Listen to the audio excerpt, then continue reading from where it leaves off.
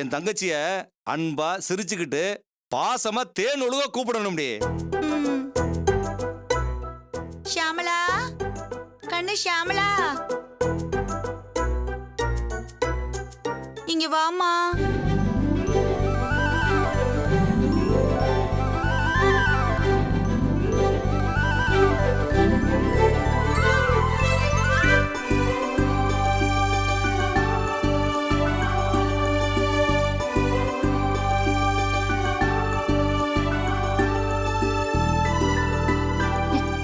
கூப்பிட்டீங்களா அண்ணி? பாருடி பாரு, என் தங்கச்சி எப்படி தேவதை மாதிரி இருக்கான்னு பாரு. இவ்வளவு போய் சமைக்க சொல்லிருக்கே, உன்ன என்ன பண்ற பாரு. அண்ணியா எதுக்கு நான் கோச்சுக்கிறீங்க? நான் தான் சமையல் கத்துக்கலாம்னு நினைச்சேன், அதனாலதான் சமைச்சேன். நீ உனக்கேண்டா இதெல்லாம்?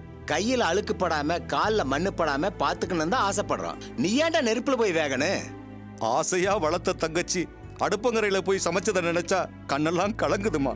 நீ வச்சது ரசம் இல்லம்மா, பாசம். என்னாச்சுன்னா சாப்பாடு நல்லா இல்லையா? இல்லடா, நல்லாத்தான் இருக்கு. நீ எதை செஞ்சாலும் எங்களுக்கு தேவாமிரம் தான். அதை நீயே செய்யணும். வீட்டுல கோயில் தூணு மாதிரி 3 பேர் இருக்காங்களே, அவங்க செய்யட்டு. நீ சின்ன பொண்ணுமா. அப்பா தங்கச்சி எதுவும் சொல்லாதீங்க, அது அரியா பொண்ணு. இவதான் சீக்கிரம் சமையல் கத்துக்கன்னு ஏதாவது சொல்லிருப்பா. ஏய், இனிமே சமைக்க சொல்றது, துவைக்க சொல்றது, கழுவ சொல்றதுன்னு ஏதாவது சொன்ன தொலைச்சிருவோன. சிட்டுக்குருவி மாதிரி சந்தோஷமா பறந்து திரிய வேண்டியவடி என் தங்கச்சி. ஐயோ அண்ணா, உங்க அக்கறைக்கு ஒரு அளவே இல்லையா? தெரியாம சமைச்சிட்டேன், இனிமே சமைக்கவே மாட்டேன், விட்டுருங்க. அதுக்குள்ளடா சாம்லா, நீ சிம்ம ராசி சிம்ம லக்னத்துல பிறந்தவ. அதிகாரம் மட்டும்தான் பண்ணணும், அடுப்படியில் போய் சமைக்க கூடாது.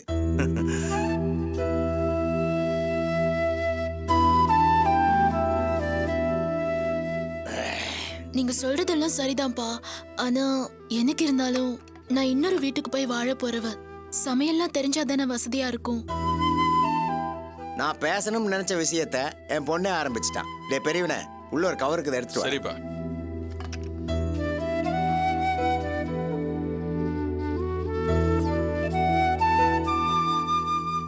இந்தாங்கப்பா.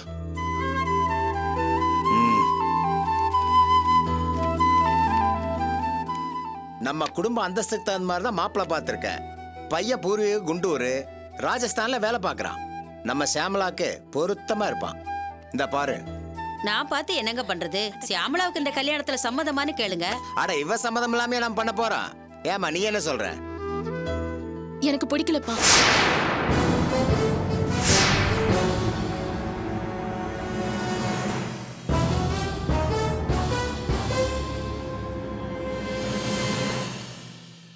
ஏமா கல்யாணம் வேணாம்னு சொன்னா எப்படி? இப்போதானப்பா என்ன அரியா பொண்ணு சின்ன குழந்தைன்னு சொன்னீங்க, உடனே கல்யாணம்னு சொன்னா எப்படி? நீ எனக்கு தாமா குழந்தை. போற வீட்ல நீ மகாராணி, புகுந்த வீட்ல எஜமானி. நீ ஆட்சி அதிகாரத்தோட குடும்ப நடத்தத்தை பார்த்து நாங்க சந்தோஷப்பட வேண்டாமா? அப்பா, நீங்க ஏன் வருத்தப்படுறீங்க? நான் இந்த மாப்பிள்ளைய தான் பிடிக்கலன்னு சொன்னேன், கல்யாணமே வேண்டான்னு சொல்லலையே. என்னம்மா சொல்ற? ஒரு நிமிஷம் இருங்கப்பா.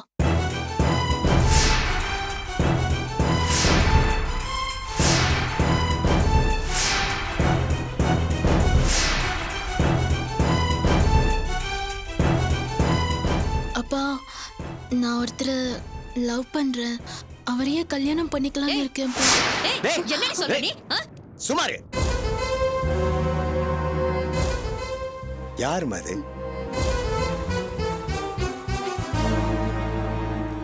இவர்தான்ப்பா.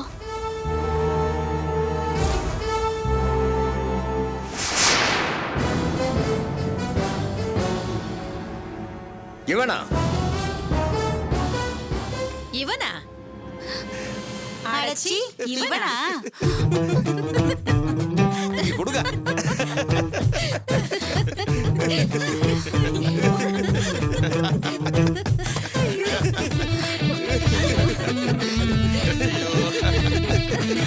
இவனை போய் இப்ப எதுக்கு சிரிக்கிறீங்க? ஏண்டா கண்ணே, இவனையா பிடிச்சிருக்குன? இவன் சரியான ஜோக்கர்மா.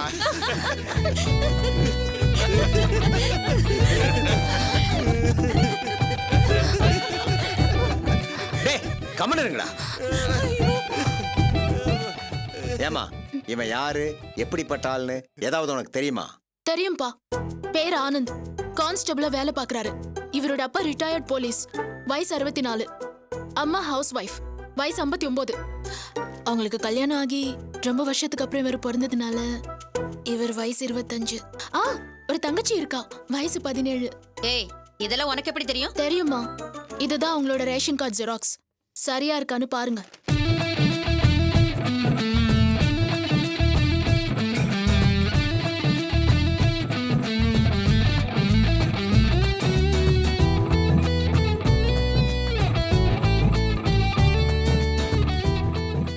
அவருக்கு 4 வருஷம் சர்வீஸ்.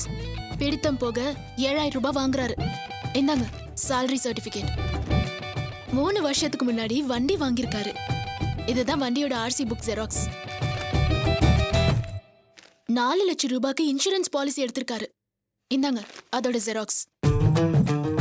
கல்யாணத்துக்காக பேங்க்ல அப்பாவுக்கு தெரியாம 70000 ரூபாய் போட்டு வச்சிருக்காரு. இந்தாங்க அதுக்குண்டான ஜெராக்ஸ். அவரை பத்தி எல்லா டீடைல்ஸும் எனக்கு தெரியும்பா.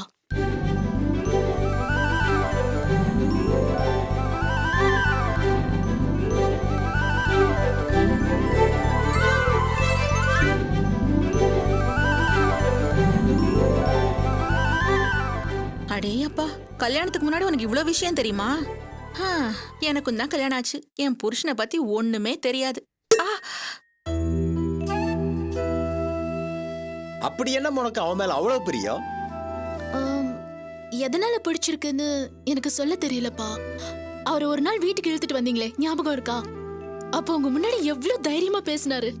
ஐயா கேக்குறல்ல, பதில் சொல்லியா? யூனிஃபார்ம் போட்டாலும் சரி போடாட்டியும் சரி, நான் போலீஸ்.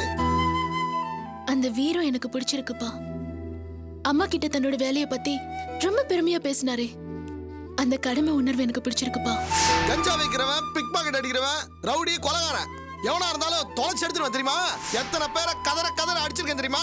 இந்த உடம்புல ஓடுறது போலீஸ் பிளாட்டுக்கா. சில நேரத்துல தைரியசாலி மாதிரி இருக்காரு, சில நேரத்துல பயந்த மாதிரி நடிக்கிறாரு.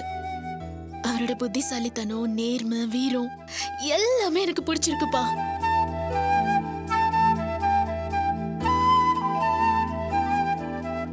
நீ சொல்றத பார்த்தா உனக்கு அவனை ரொம்ப பிடிச்சிருக்கு போல இருக்கு. ஆனா ஜாதகம் பார்க்காம எப்படிமா? அதையும் பார்த்துட்டேன்பா.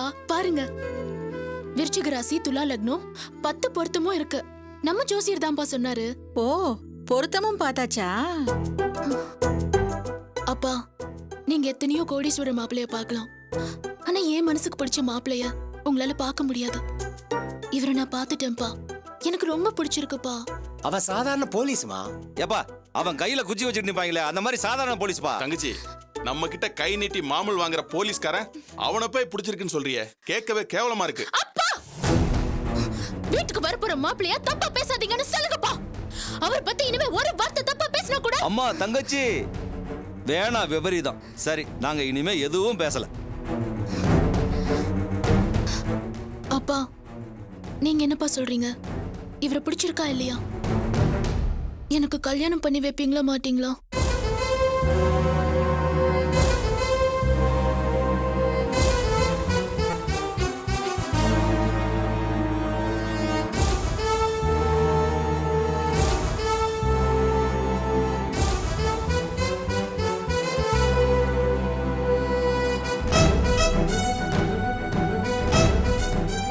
சரிம்மா, நீ யாரை விரும்புறியோ அவனே கல்யாணம் பண்ணி. அப்பா, அவன் ஒரு கான்ஸ்டபிள் பா. அதனால என்னடா, கல்யாணத்துக்கு அப்புறம் நம்ம பவரை காட்டி அவர் இன்ஸ்பெக்டர் ஆக்டா போச்சு. நம்ம வீட்டுக்கு போலீஸே மாப்பிள்ளையா வந்தா பெருமையாவும் இருக்கும், பாதுகாப்பாவும் இருக்கும் இல்லைங்க? அவன் போலீஸா இருந்தாலும் சரி, மிலிட்டரி ஆபீசரா இருந்தாலும் சரி, என் பொண்ணு யாரை விரும்புறாளோ அவன் தான் அவளுக்கு மாப்பிள்ளை. நாளைக்கே போய் அவங்க வீட்டுல மாப்பிள்ளை கேட்போம். என்னம்மா, சந்தோஷம் தானே?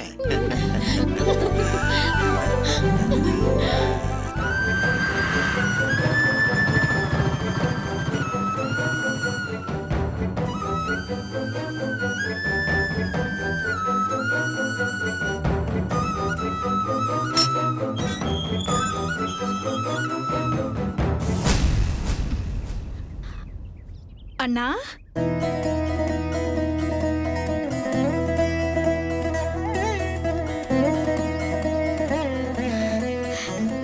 என்ன வெளியவே நிக்கிற? உள்ள வா.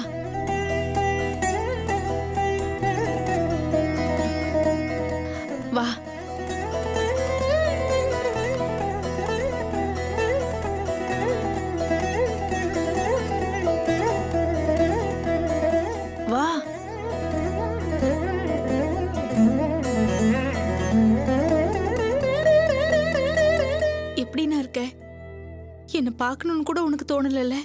ஏய் என்ன சின்ன பிள்ளைத்தனமா அழுதுகிட்டு முதல்ல கண்ணை தொடச்சுக்கோ. நான் தான் வந்துட்டேன்ல. நீ வரமாட்டியோன்னு ரொம்ப பயந்துட்டேன். இப்பதான் எனக்கு நிம்மதியா இருக்கு. ஏய் லூசு, எனக்கு இருக்கிறது ஒரே தங்கச்சி. நான் இல்லாம அவ கல்யாணம் நடந்துருமா? அம்மா எங்க? நீ பார்க்கலையா? உன்னை பார்க்க தான் வீட்டுக்கு வந்தாங்க. அது ஏன் வீட்டுக்கா? அஜிஜோ, அவங்க ஏதாவது கோவமா போயிருக்காங்களா? என்னென்ன நீ இன்னும் அம்மாவை சந்தேகப்படுறியா? அவங்க சுத்தமா மாறிட்டாங்க. நீ மட்டும் இல்ல, துளசியும் கல்யாணத்துக்கு வரணும்னு அம்மா ஆசைப்படுறாங்க. முறைப்படி கூப்பிடணுங்கிறதுக்காக துளசிக்கு புடவை பூ பழம்லாம் எடுத்துக்கிட்டு உன் வீட்டுக்கு தான் போயிருக்காங்க. என்ன சொல்ற லாவண்யா? என்னால நம்ப முடியல. அம்மா துளசிக்கு புடவை எடுத்திருக்காங்களா? ஆமாண்ணா, அம்மா எல்லாத்தையுமே மறந்துட்டாங்க. நீயும் துளசியும் இல்லாம கல்யாணம் நடந்தா நல்லா இருக்காதுன்னு சாரு அம்மாவுக்கு எடுத்து சொன்னாங்க. அம்மாவும் அதை புரிஞ்சுக்கிட்டாங்க. அதனாலதான் உங்க 2 பேரையும் கூப்பிடுறதுக்காக அம்மா வீட்டுக்கு போயிருக்காங்க. சரி, நீ ஏதாவது சாப்பிடுறியா? இல்ல, நான் வர வெளியே சாப்பிட்டு வந்துட்டேன். இல்ல, நீ வா ஏ. உட்காரு, நான் போய் காஃபி எடுத்துட்டு வரேன்.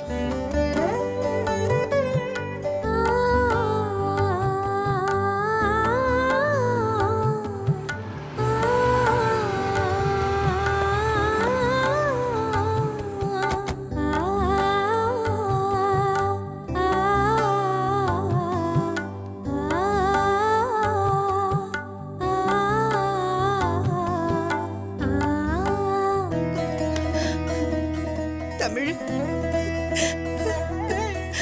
வந்துட்டியா கண்ணா? இந்த அம்மாவை தேடி இப்போ அது வந்திய. நீ இல்லாம இந்த வீடே வெறிச்சோடி போயிடுச்சு. போதாத காலம் வந்து நம்மளை எல்லாம் ஆட்டி படைச்சிருச்சேப்பா. அம்மா ஏமா தேவையில்லாம அழுதுகிட்டு? அழாதீங்கம்மா. ஓயாம அம்மா அம்மான்னு சொல்லுவேன். ஒரேடியா என்ன மறந்துட்டு போயிட்டே தமிழ். அதை நினைச்சாதான் எனக்கு வேதனையா இருக்கு. அத்தை, முடிஞ்சதை பத்தி பேசக்கூடாதுன்னு உங்களுக்கு ஏற்கனவே சொல்லியிருக்கேன்ல. இல்ல சாரு, நான் பேசல, எதுவுமே பேசல.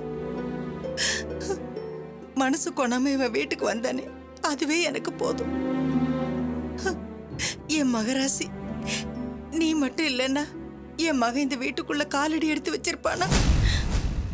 தாயோட பிள்ளைய சேர்த்து வச்சிருக்கேம்மா. உனக்கு கோடி புண்ணியம் கிடைக்கும். அத்தை,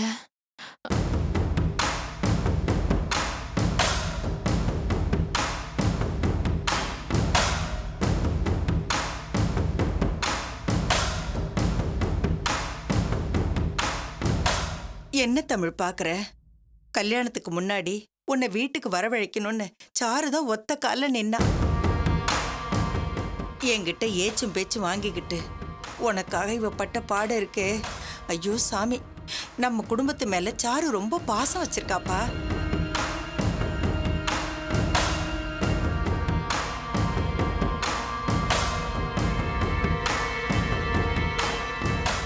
நீ வீட்டுக்கு வருவேங்கிற நம்பிக்கையே எனக்கு இல்லப்பா. சாரு தான் கண்டிப்பா வருவார் அத்தேன்னு சொன்னா. நீ வரமாட்டேன்னு சொன்னா கெஞ்சி உன் கைய பிடிச்சாது கூட்டிட்டு வரலாம் வாங்கத்தேன்னு சொல்லி அவதான் என்ன கூப்பிட்டா. அதனாலதான் உன் வீடு வரைக்கும் நான் போயிட்டு வந்தேன். அவளுக்கு கூட நான் ஒரு புடவை எடுத்திருக்கேன் தெரியுமா? தெரியுமா? லாவண்யா சொன்னா. துளசி வீட்டுல தானே இருக்கா? வீட்டுல தான்ப்பா இருக்கா. அவளையும் பார்த்து நல்லபடியா பேசிட்டு தான் வந்தோம். அவளும் மனசுல எதையும் வச்சுக்காம நல்லா சந்தோஷமா தான் பேசினா. என்னம்மா நீங்க துளசி வீட்டுக்கு போய் கூட்டுறது தானே போனீங்க? அப்புறம் எதுக்கு அவளை வீட்டுல விட்டு வந்தீங்க? இங்க கூட்டு வந்திருக்கலாம்ல. என்ன தமிழ் இப்படி சொல்லிட்ட? அவளை கூட்டிட்டு வரணும்னு எங்களுக்கு மட்டும் ஆசை இருக்காதா? அவளுக்கு படிப்பு தான் முக்கியம்னு நீ சொல்லுவியே. ஏன் சாரு, நாம வான்னு சொன்னப்ப அவ காலேஜுக்கு போகணும்னு சொன்னாலா இல்லையா? இவர் கேக்குறதும் கரெக்ட் தான் அத்தை. நாம அவங்கள கூட்டிட்டு வந்திருக்கணும். நீ சொல்றதும் சரிதான் சாரு. சரி, நீ வா, இப்பவே காலேஜுக்கு போய் அவளை கூட்டிட்டு வந்துடலாம். படிப்பை விட நமக்கு உறவு ஒண்ணு சேரதானே முக்கியம். சரி விடுங்கம்மா, எதுக்கு காலேஜ் இருக்கலாம் போயிட்டு? துளசி எங்க போயிட்டு போறா? நானே அவளை ஒரு நாள் வீட்டுக்கு கூட்டு வரேன், ஓகேவா? நான் தான் இங்க இருக்கேனே, அப்புறம் எதுக்கு உங்களுக்கு துளசி? அப்பா, இப்பதான் தமிழ் எனக்கு ரொம்ப நிம்மதியா இருக்கு. இனிமே நம்ம குடும்பத்துல எந்த பிரச்சனையும் வரக்கூடாதுப்பா. சரி வா உக்காரு. ஏய், அண்ணனுக்கு காஃபி கொடுத்தியா இல்லையா? ஐயோ, அடுப்புல பால் வச்சேன், மறந்துட்டேன். சரியானவ. வாப்பா, நீ உக்காரு வா.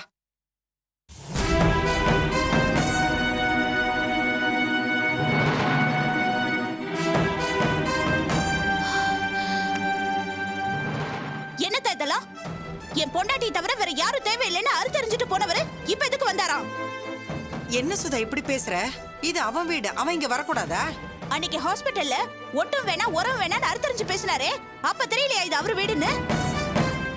நான் தான் அவரோட மூச்சு காத்து இந்த வீட்டுல படக்கூடாதுன்னு சொன்னேன்ல, அப்புறம் எதுக்கு அவரை நடு வீட்டுல வச்சு கொஞ்சிக்கிட்டு இருக்கீங்க? ஏன் சுதா, கோவத்துல 1000 பேசுவாங்க, அதுக்காக உறவே இல்லைன்னு ஆயிடுமா? அதத்தானே நாங்களும் சொன்னோம். இது அவருக்கு புரியலையே.